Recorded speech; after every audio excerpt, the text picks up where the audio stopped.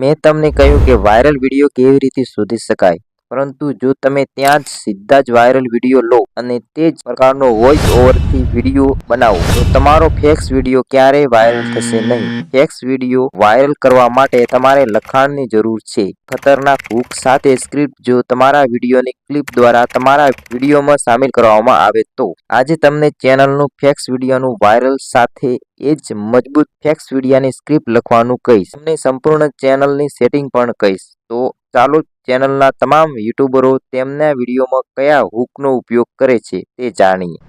तुमने सोचा आखिर सर्दियों में हमारी नाक जाम क्यों हो जाए? ऐसी फोटोज जो आपको मरने से पहले जरूर देखनी.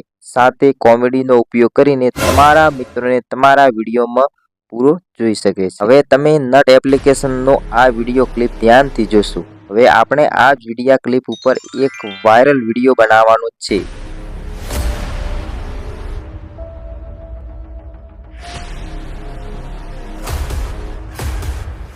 આ વિડીયોમાં ક્લિપ એક દેડકો છે જેણે એક સાપ પકડ્યો છે અને તેને ખાવાની કોશિશ કરે છે. તો સૌથી પહેલા આપણે આપણા બ્રાઉઝર ઉપર આવી જવાનું છે અને અહીંયા ટાઈપ કરવાનું છે કે શું સાપને દેડકો ખાઈ શકે છે. તેના પછી આપણને અહીંયા જવાબ મળ્યો છે કે હા, મોટા કદના દેડકા સાપને તેનો શિકાર બનાવી શકે છે અને સાપ પણ દેડકાને ખાઈ શકે છે. માત્ર તમે સાપને અને દેડકાને ખાતા જોયો જ હશે. હા, ખરેખર સાપ અને બંને દેડકા એકબીજાના મોટા દુશ્મન છે.